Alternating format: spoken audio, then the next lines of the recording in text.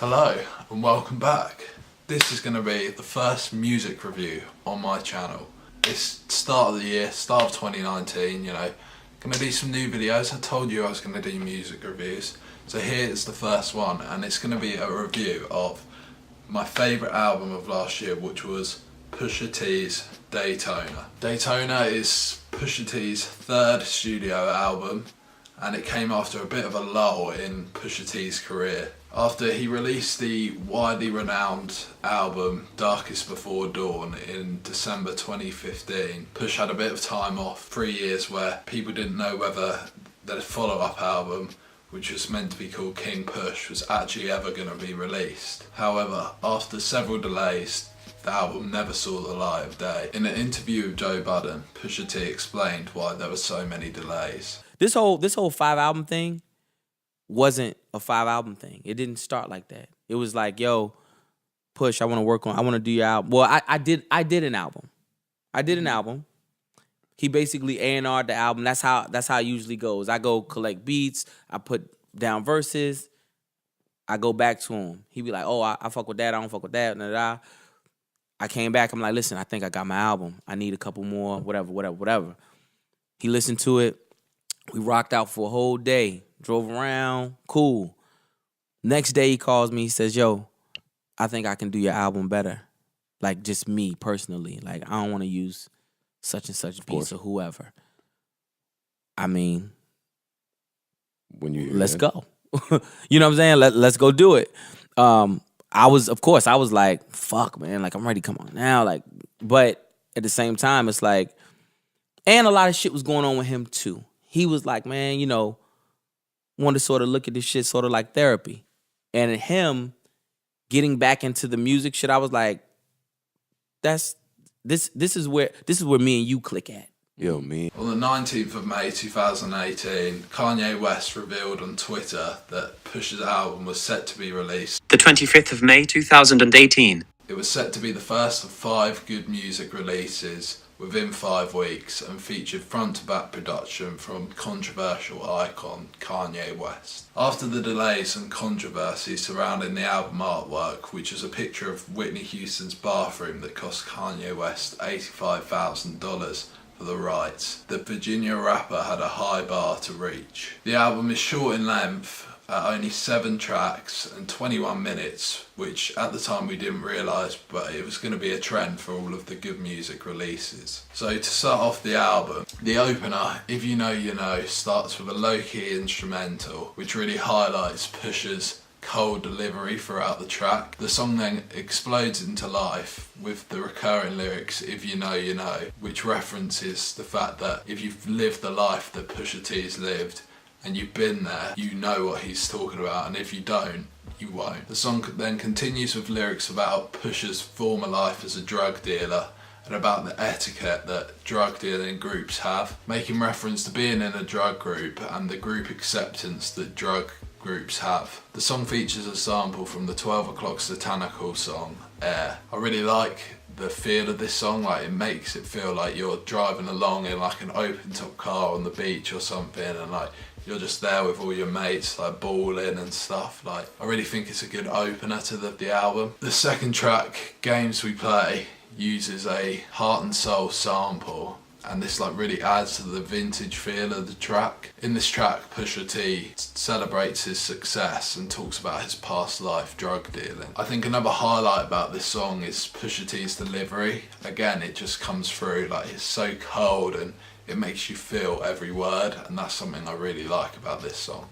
It's really different from other artists that you hear in 2018 that are just using that auto-tune sound, and it reminds me of like the old rappers where you understood what was going on, like the message was really clear through what they were saying, rather than a really like powerful instrumental or really powerful auto-tuning. The next track is called Hard Piano, and it features Maybach Music's frontman Rick Ross. In this track, Pusha T talks about dealing cocaine, troubles with the law, and his rise up to success. He also delivers some clever bars about how he wouldn't let the music industry take advantage of him, like the #MeToo victims. The chorus references an infamous city, Santo Domingo, which is known for the drug mecca. Rick Ross delivers some decent bars too, but I'd say he's probably on par with Push in this song. Like, neither one of them outperform each other, which, I mean, I think that's quite a good thing, because like when the feature outperforms the guy whose album it is, I think it can sometimes like take away from the actual artist. But in this track, Push and Rick Ross, they're about the same level. The fourth track on the album, which is Come Back Baby, is another track that I really love.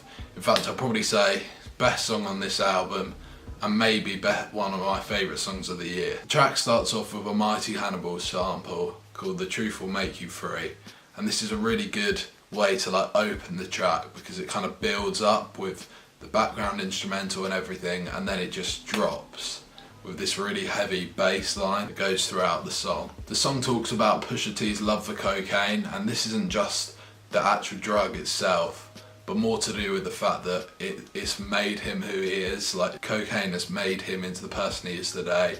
It's given him like money, and he feels like it's like brought him the success that he has. The bass line that goes throughout is unusual, but like it really goes with the rest of the song because it's so contrasting. It just makes the song flow really nicely. It allows Push to deliver a clear flow which is consistent with the rest of the album. Some of my favourite lyrics include "Blew through thousands, we made millions, cocaine soldiers, one civilians," which obviously references how drug dealing turned Pusha and his associates from normal people to millionaires. Another great lyric is the Tesla line, which obviously references the fact that through drug dealing, Pusha T's now made enough money to buy like nice cars like Teslas. The main chorus is delivered by George Jackson from the track I Can't Do Without You. It's really catchy and it gives a really good vintage feel to the rest of the track.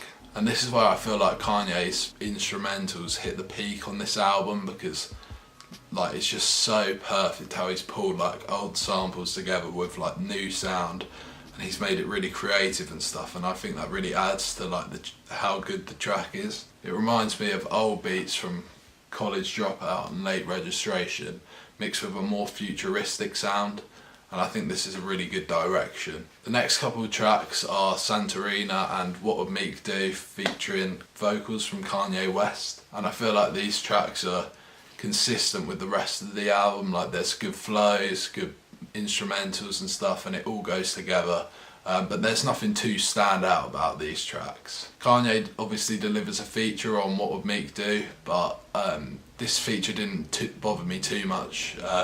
I thought that it was a little bit underwhelming from Kanye. He sort of just blends into the rest of the track, which I mean, sort of again seems like the point, but you know, it would have been cool if he delivered something more with more meat on the bone. So the last track is the one that probably drew the most attention to it, because obviously Infrared has a Drake diss featured in it. The production is really low key. I mean, you can hardly hear it at all compared to Pusha T's vocals, which I think is really good because it makes his vocals like really stand out, and it makes every word hit like a knife, sticking the knife in. Like, it's just so powerful and direct. In retrospect, I feel like this track was almost like the bait for Drake. Pusha T put this out knowing that he had like more in the tank that he was going to let off if Drake bit, and you know, we all know now that Drake did bite in Duppy Freestyle, and Pusha T came back with the story of Added On, which obviously revealed that Drake had a child that he was hiding, and I feel like maybe Pusha even knew about that when he was making this track and could have possibly even put the information out in Infrared if he wanted to. So I feel like Infrared was a smart move for Pusha, just to put things out there, you know. If Drake bites, fair enough. If he doesn't, not. But either way, it's a good move for him because it seems like he's won the battle. The track is definitely a good closer because it feels like there's more to come and more that you can expect to hear from him in the future, and I thought that was really a really clever move. Overall, I'd say this is definitely my favourite album of last year. I just love the cold vocals from Pusha, really good instrumentals from Kanye, like great production and great length as well. I think people people don't appreciate the fact that, you know, 7 songs and 21 minutes is a short album, but it's just enough to keep you engaged. It doesn't stay for too long. Like, if you look at some albums last year, like Migos' album, far too long. This just stayed for the perfect amount of time, and I think that really helps out why I really enjoyed the album, and I'm really excited to hear more from Pusha in the future. So that is my review of Pusha T's Daytona. If you enjoyed this video, please consider hitting the like button, because it took a lot of research. I wrote out like what I was going to say and stuff. Like, I wanted to get it really good so that I could like express my opinion well. If you want to see more videos like this, like where I review albums, yeah, again, like hit the like button and comment what albums you want me to review in the Comments section. Yeah, I listen to a lot of music, so I'm going to be doing reviews like as albums come out, and you know, when an artist is set to release an album, I might review like the one before that or something, or their best one. So yeah, I'm really excited to do more of these videos in the future. So yeah, subscribe for more of this stuff. And anyway, yeah, I'll see you later. Thank you very much for watching, and bam! Cheaper, I can't remember, but yeah, I've worn it a ton, so it's a great investment.